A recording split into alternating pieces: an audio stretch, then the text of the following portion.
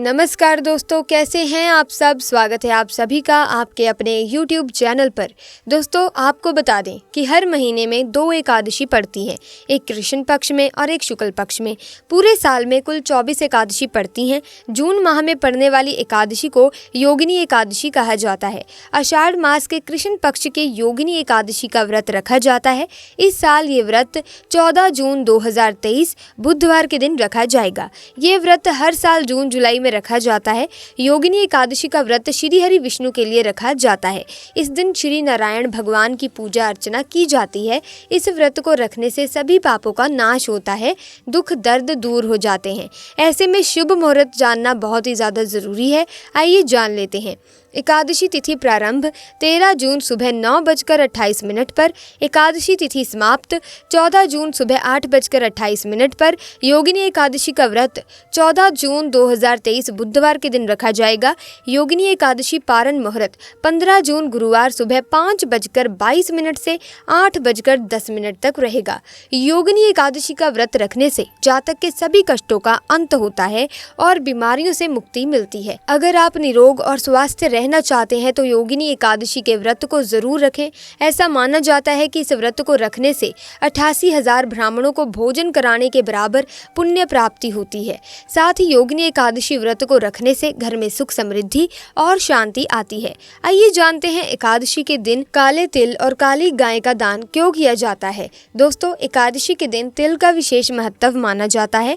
मान्यता है कि एकादशी के दिन जो व्यक्ति तिल का दान करता है उसे जन्म मरण के चक्र से छुटकारा मिलता है। माना जाता है कि एकादशी के दिन तिल का दान करने से स्वर्ग की प्राप्ति होती है। एकादशी के दिन जो व्यक्ति व्रत रखता है और काले तिलों का दान करता है उसे बहुत ही पुण्य मिलता है। इस दिन तिल का दान करने से पापों का नाश होता है और उसे मोक्ष की प्राप्ति होती है। दोस्तों, एकादशी के दिन जहाँ काले तिल का महत्व होता है वही गाय को ये चीज खिलाने का भी महत्व शास्त्रों में बताया गया है। ऐसे में दोस्तों, एकादशी के दिन गाय को खिला दें ये छोटी सी चीज, बड़ी से बड़ी परेशानियां तुरंत होगी खत्म। पैसों की किल्लत कभी नहीं आएगी, घर में सुख समृद्धि का वास होगा। ऐसे में एकादशी का व्रत भगवान विष्णु को समर्पित है। हिंदू पंचांग के अनुसार एकादशी व्रत हर माह में 2 बार पड़ता है, एक कृष्ण पक्ष में और एक शुक्ल पक्ष में। दोस्तों, ये जानकारी हम आपको पहले ही बता चुके हैं। ऐसे में साल में 24 एकादशी पड़ती हैं, लेकिन अधिक मास या मल मास होने के कारण कभी कभी 26 एकादशी भी पड़ती हैं। दोस्तों, अगर हिंदू धर्म की माने तो ऐसी मान्यता है कि गाय की सेवा अगर बिना लालच के की जाए तो घर में लक्ष्मी का वास होता है। वैसे देखा जाए तो हम गाय को कुछ ना कुछ अवश्य खिलाते हैं। गाय को सनातन धर्म में लक्ष्मी स्वरूप भी माना गया है।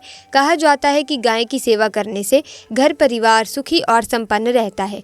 जिस घर में गाय की सेवा बिना किसी लालच के होती है उस घर में लक्ष्मी जी की कृपा हमेशा बनी रहती है, और जिस घर में गाय की सेवा नहीं होती तो उस घर में अचानक से किसी भी प्रकार के विघ्न बाधाएं आते रहते हैं। वैसे तो कुछ लोग शहरों में भी रहते हैं, महानगरों में भी रहते हैं, तो वहाँ पर गाय मिलना संभव नहीं होता, लेकिन गाय को वहाँ पर भी रोटी ज़रूर खिलाई जाती है। आज भी भारतीय समाज में गाय को गौ माता कहा जाता है। शास्त्रों के अनुसार ब्रह्मा जी ने जब सृष्टि की रचना की थी तो सबसे पहले गाय को ही पृथ्वी पर भेजा था। सभी जानवरों में मात्र गाय ही ऐसा जानवर है जो माँ शब्द का उच्चारण करता है। इसीलिए माना जाता है कि माँ शब्द की उत्पत्ति भी गौ वंश से हुई है। गाय हम सबको माँ की तरह अपने दूध से पालती पोसती है। आयुर्वेद के अनुसार भी माँ के दूध के बाद बच्चे के लिए सबसे फायदेमंद गाय का ही दूध होता है। धार्मिक आस्था है दोस्तों कि गौ पूजा से मनवांछित फल की प्राप्ति होती है। घर की समृद्धि के लिए घर में गाय का होना बहुत ही शुभ माना जाता है। कहा जाता है कि विद्यार्थियों को अध्ययन के साथ ही गाय की सेवा भी करनी चाहिए। इससे उनका मानसिक विकास तेजी से होता है। संतान और धन की प्राप्ति के लिए भी गाय को चारा खिलाना और उसकी सेवा करना बेहतर परिणामदायक माना जाता है। भविष्य पुराण के अनुसार गाय के सींगों में तीनों लोकों के देवी देवता विद्यमान रहते हैं।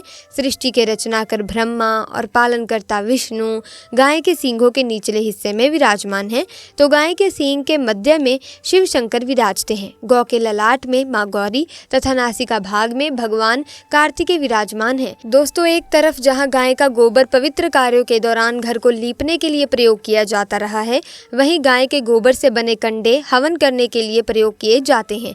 माना जाता है कि गाय के गोबर से हवन करने पर वातावरण और घर के आसपास मौजूद कीड़े भाग जाते हैं और वायु शुद्ध हो जाती है। वहीं गौमूत्र को कई तरह की दवाइयां बनाने में प्रयोग किया जाता है, क्योंकि इसमें रोगाणुओं को मारने की क्षमता होती है।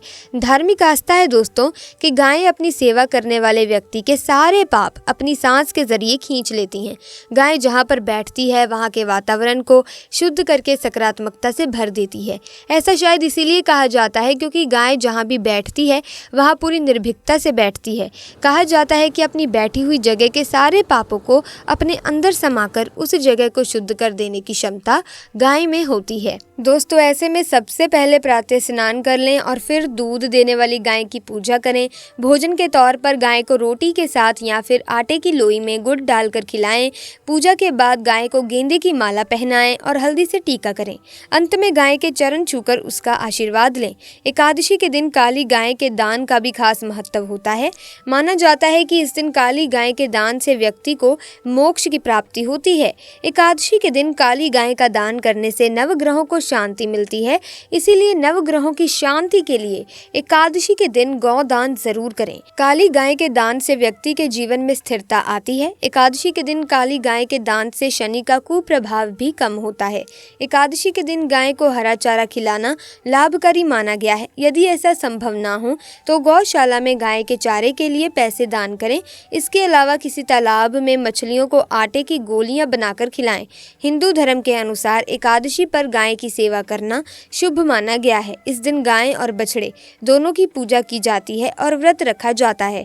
पुराणों के अनुसार गाय में 84 लाख देवी देवताओं का वास माना गया है। अर्थात एक गाय की पूजा करने से आपको 84 लाख देवी देवताओं का आशीर्वाद प्राप्त होता है। दोस्तों, गाय को रोटी तो हर कोई खिलाता है। अभी रोटी बासी बिल्कुल भी नहीं होनी चाहिए, क्योंकि दोस्तों यानी कि जो एक दिन की पहली रोटी बनी रहती है और आप दूसरे दिन सुबह सुबह खिला देते हैं, वो नहीं खिलानी है। कई बार आप रोटी बना लेते हैं और उस दिन गाय मिलती नहीं है तो रोटी रखी की रखी रह जाती है। फिर वो अगले दिन गाय को खिलाने से गाय का अपमान माना जाता है। इसीलिए गाय को एक दिन पहले की बची हुई रोटी कभी ना खिलाएं। खराब चीज़ें गाय को भी ना खिलाएं। इससे घर में परेशानी दरिद्रता आती है और अगर आप ऐसा करते हैं तो अपनी ये आदत ज़रूर बदल दीजिए। घर में तकलीफ आनी शुरू हो जाएगी। गाय को हरा चारा तो हर कोई खिलाता है, लेकिन हरा चारा खिलाते समय एक बात का ध्यान रखें। गाय को सबसे ज़्यादा पीपल का पत्ता लोग खिलाते हैं, पर पीपल का पत्ता आप खुद से तोड़कर मत खिलाना। दूसरी बात, आप घर में सब्जी लाते हैं तो साग बिया जाता है, तो उसमें से कुछ अच्छी चीज़ें तोड़कर आप रख लेते हैं और बचा कुचा आप गाय को खिला देते हैं। तो ऐसा ना करें। आप जो देंगे वो गाय खा ही लेगी, लेकिन थोड़ी सी कुछ अच्छी चीज़ें मिलाकर गाय को खिला दीजिए तो ज़्यादा फायदा आपको होगा। गाय को दूध नहीं पिलाना चाहिए। आप दही चावल खिला सकते हैं, लेकिन दूध ताज़ा हो या बचा हुआ, परंतु गाय को भूलकर भी मत देना। तो 3 चीज़ें गाय को नहीं खिलानी चाहिए। एक तो बची हुई रोटी नहीं खिलानी चाहिए। कोई भी अनाज बच जाए तो उसे दूसरे दिन गाय को नहीं खिलाना चाहिए। जैसे बासी चावल, बासी रोटी नहीं खिलानी चाहिए। अगर खिलाते हैं तो उसमें कुछ अच्छी चीज़ें मिली होनी चाहिए। गाय को दूध भी नहीं पिलाना चाहिए। ये चीज़ें बिल्कुल भी ना खिलाएं, नहीं तो घर में गरीबी आती है और माँ लक्ष्मी का वास घर पर नहीं होता। ऐसे में दोस्तों आइए अब जान लेते हैं कि एकादशी के दिन कौन सी चीजें गाय को खिलानी चाहिए। दोस्तों, गाय के अंदर सभी देवी देवताओं का निवास माना जाता है, तो आप सुबह जो पहली रोटी बनाते हैं वो अगर गाय को खिलाएंगे तो सभी देवी देवताओं का आशीर्वाद मिलेगा। इसीलिए एकादशी के दिन गाय को रोटी पर 1 चुटकी हल्दी डालकर खिलाएं तो सुख संपत्ति धन ऐश्वर्य बढ़ता है, दुष्ट ग्रह शांत हो जाते हैं। तो ऐसे में दोस्तों धन धान्य की प्राप्ति करने के लिए 14 जून को जो योगिनी एकादशी आ रही है, तो आप गाय को यहाँ बताई हुई चीज़ें ज़रूर खिलाएं।